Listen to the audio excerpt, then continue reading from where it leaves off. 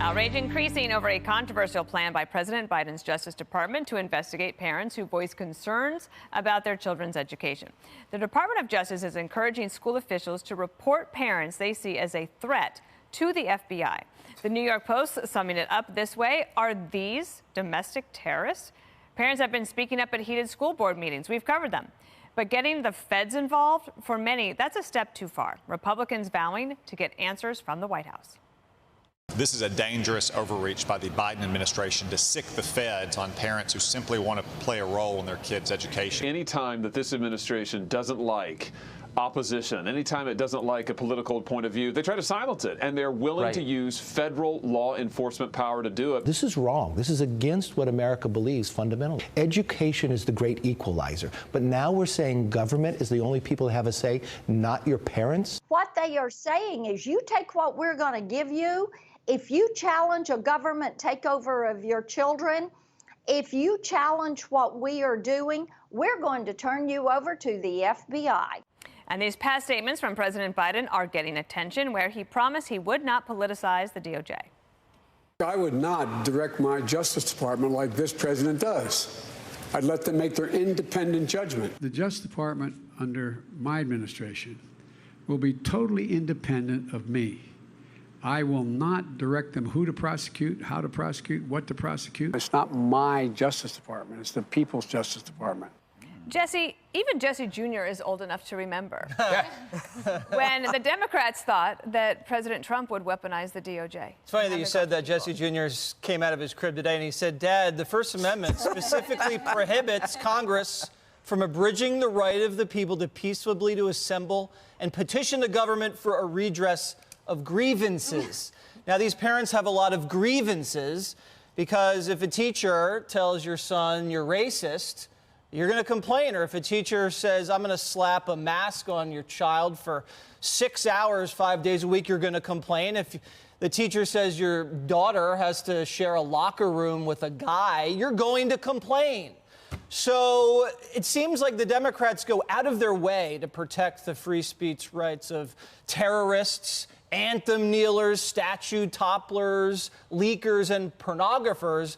But little Miss Simmons, if she gets upset about something at a school board meeting, the G-men are going to come show up at her door. And what is the FBI going to do? They're going to do what they always do. They're going to infiltrate the PTA meetings. They're going to entrap a soccer mom, all while people are trafficking women and they're ignoring tips about school shooters. That's what usually happens here. I think parents should resist this. They'll become folk heroes if Joe Biden's team tries to throw them in prison for opposing their liberal agenda. And Dana, I don't know if you saw Andy McCarthy today in the National Review. He's got a great piece. Thank you. One of the lines from the FBI, this is their mantra: process is the penalty. So what they do is they threaten these federal investigations, very torturous and expensive. They threaten indictments, which can ruin your life. And what that does is that chills speech. So they're basically extorting silence from their political opponents, and no one's ever going to stop them unless parents stand up. Is there any role here for the FBI?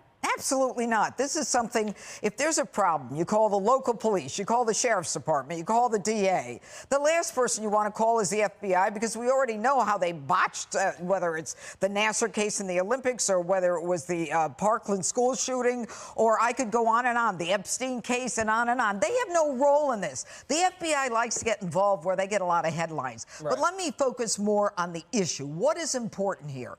What's important here are parents have a fundamental right to decide what is going to be in their child's education. These are not people who don't have a say. It's their children, not the state's children. And what's so incredible about all of this is that we've got little Johnny who's coming home from school, and Johnny says he's getting yelled at in class. He's 6 years old. He wears glasses. And when he pulls down his mask, when his glasses fog up, the teacher yells at him to put his mask back up. Yep. And we've got kids like this all over the country who are spending spending more time cleaning their desks than they are actually learning anything.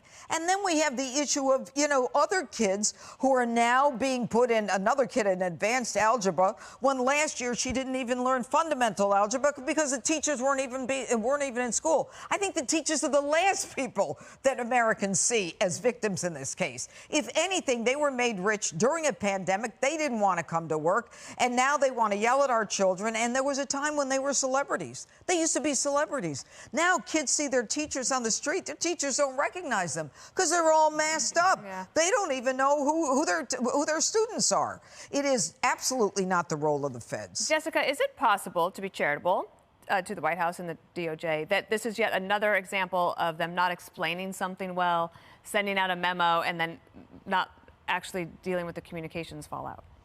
It's totally feasible. And to pick up on something that Jesse said, use the word peaceful, which is critical to the First Amendment and understanding of how these meetings should go. We all realize that even if you disagree with someone, you should treat them with respect. You shouldn't get in their faces. There's video of teachers and school board members being accosted on the street.